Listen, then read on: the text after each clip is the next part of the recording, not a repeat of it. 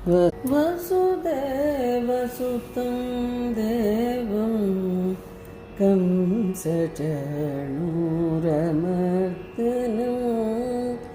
దేవకీ పరమానందం కృష్ణం వందే జగద్గురు కృష్ణం వందే జగద్గురు గోపికా జీవనస్మరణం గోవింద గోవింద. శ్రీమన్నారాయణీయము 56వ దశకము. కాళీయ అనుగ్రహము.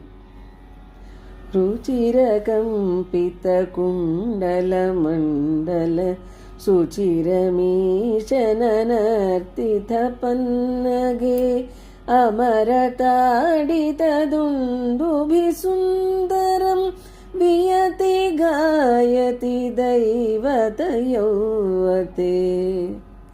ఓ పరమేశ్వర, ఆకాశమునందు దేవతలు దుందుభులు మ్రోగించుచుండగా దేవతా స్త్రీలు ఆ ధ్వనులతో పాటు సుందరముగా నిన్ను గూర్చి పాడుచు నాట్యము చేయుచుండగా నీ చెవులయందలి కుండలములు కాంతులు చిమ్ముతూ మనోహరముగా కదులుచుండగా నీవు ఆ కాళీయ సర్ప పడగలపై చాలాసేపు నృత్యము చేసితివి.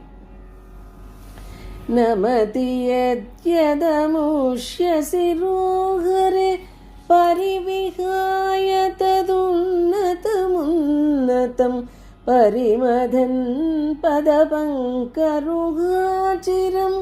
వ్యహరదాకరతాల మనోహరం.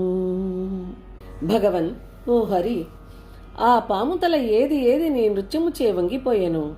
దానిని వదిలి పైకి లేచియున్న మరొక తలపై ఎక్కి దానిపై నీ పాదకమలములచే చింద్రులు త్రొక్కుచు చేతులతో తాళములు చరచుచు ఆ కాళీయుని పడగలను నలుగద్రొక్కుచు అద్భుతముగా నర్తనమాడితివి. త్వదవభగ్న విభుగ్న ఫణగణే గళిత శోణిత శోణిత పాథసి ఫణిపత్యావవసీదతి సన్నత తదబలత్తవ మాధవ పాదయో. ఆ విధముగా నీవు ఆ కాళీయుని పడగలను అన్నింటినీ వంచి వానిని మిగుల మర్దించితివి. వాని తలలు చితికి కారిన రక్తముచే నల్లని యమునా నదీ జలములు ఎర్రనివే అయ్యెను. ఆ విధముగా ఆ ఫణిరాజు శిథిలస్థితికి రాగా, ఓ మాధవ, అతని భార్యలు వచ్చి నీ పాదముల చెంత చేరిరి. అయీపురైవ చిరాయ పరిశ్రుత త్వదనుభావ విలీన హృదోహిత మునిభిరపి అనవాప్య పదైత్తవై నూనూరేశ భవంతమయంత్రితం. భగవాన్ శ్రీకృష్ణ, ఆ కాళీయుని భార్యలందరూ నీ మహిమను సామర్థ్యమును చాలా కాలము నుండి బాగా వినివుండుట వలన వారందరి హృదయములు అట్టి నీ మహిమయందు లయము చెందగా వారు మునులు కూడా అందుకొనలేని విధముగా గొప్ప స్థవములతో అనర్గళముగా నీ యశోకీర్తిని తృప్తి తీరా స్తుతించిరి. ఫణివధూగణ భక్తి విలోకన ప్రవికసత్ కరుణాకుల చేతస ఫణిపతిర్భవతాచ్యుత జీవిత త్వయి సమర్పిత మూర్తిరవానమత్. ఆ ఫణిరాజుకు కాళీయుని భార్యల భక్తి విశేషమును చూసి అధికమైన కరుణతో నీ హృదయము నిండిపోయెను. ఓ అచ్యుత, ఆ కాళీయుని ప్రాణములతో విడిచివేసితివి. ఆ కాళీయుడును తన జీవితమును నీకు అర్పణ చేసి నీకు నమస్కరింపగా వానికి జీవితమును ప్రసాదించితివి. రమణకం వ్రజవారిధి మధ్యగం ఫణిరిపూర్ణ కరోతి విరోధితాం ఇతి భవద్వచనాన్యతి మానయన్ ఫణిపతిర్నిరగాదురగై సమం. ప్రభు, అంతట నీవు కాళీయునితో నీవు ఈ యమునా హ్రదమును వదిలి సముద్ర మధ్యమునందున్న రమణక ద్వీపమునకు వెళ్ళుము. అచ్చట నిన్ను గరుడు శత్రువుగా చూడడు, నీకు అపకారము చేయడు అని పలికితివి. మీ చెప్పిన మాటలను అతి శ్రద్ధతో స్వీకరించుచు ఆ కాళీయ నాగము తోటి నాగులతో కలిసి ఆ యమునాహ్రదమును వదిలి వెళ్ళిపోయాను. ఫణివధూజనదత్తమణివ్రజ జ్వలితహారదుకూల విభూషిత తటగతై ప్రమదాశ్రు విమిశ్రితై సమగతాశ్వజనై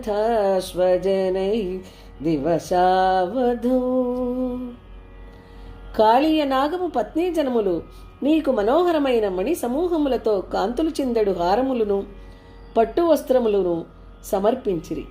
అవి ధరించి ఆ మడుగు ఒడ్డున నీ కొరకు ఎదురుచూస్తూ ఆనంద భాష్పములతో స్వాగత వచనములు పలుకుచున్న నీ వారిని సాయంకాలము అగుచున్న సమయమునకు కలుసుకుంటివి. నిశిపునః తమసా వ్రజమందిరం వ్రజితుమక్షమయేవ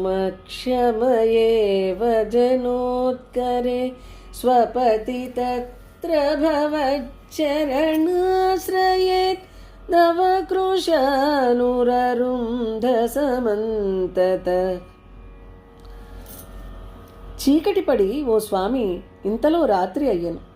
అందుచే మీరు వ్రేపల్లెలోని ఇండ్లకు పోలేకపోయిరి.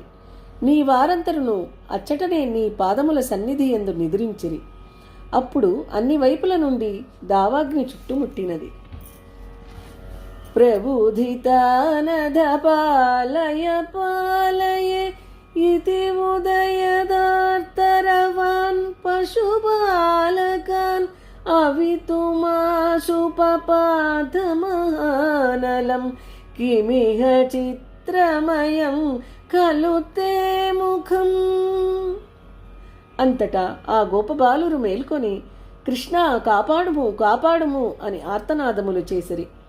అప్పుడు నీవు వారిని రక్షింపదలచి నలుదిక్కులకు వ్యాపించిన ఆ మహాగ్నిని చిత్రముగా త్రాగివేసితివి. స్వామి, ఇందులో ఆశ్చర్యమేమున్నది? నీ నోరు చిత్రములలోకెల్లా చిత్రమైనది కదా. సిఖిని వర్ణతయేవ హి పీతత పరిలసత్ అధునా క్రియయాప్యసౌ ఇతి నుతః పశుపైర్ముదితైర్విభో హర హరే దురితై సహ మే గదాన్. ఇంతవరకు అగ్నియందు రంగును బట్టి మాత్రమే పీతత్వము అనగా పచ్చదనము కలదు అని మనకు తెలుసు. ఇప్పుడు క్రియచేత కూడా అగ్నియందు పీతత్వము కనబడినది అనగా త్రాగబడుట కనబడినది అని ఆ గోపబాలురు ఆనందముతో నిన్ను పొగడుచూ ఉండగా సంతోషించిన విభో, ఓ హరి, నీవు నా వ్యాధి తాపమును పాపములను కూడా హరించుమా. నమో భగవతే వాసుదేవాయ. శ్రీమన్నారాయణీయము 56వ దశకము సమాప్తము.